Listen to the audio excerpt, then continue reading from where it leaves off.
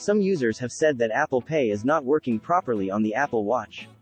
Some users have said that the Hold Near reader message does not appear when they hold their Apple Watch within a few centimeters of the contactless card reader. If you are unable to use your Apple Watch to make a payment on your Apple Watch, then this guide is for you. In this guide, I explain how you can troubleshoot this problem. Method 1. Restart your Apple Watch and iPhone.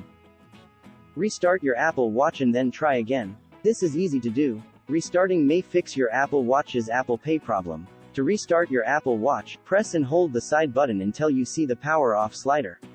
Move the slider to the right.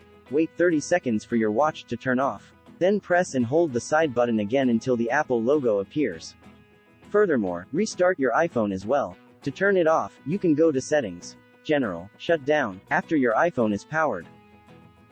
Method 2. Check Software Update. iPhone, go to Settings, General, Software Update, Apple Watch, Settings, General, Software Update. You can also use your iPhone to update. Open the Watch app, then go to My Watch, General, Software Update and follow the on-screen instructions. Method 3. Remove the card and add it back.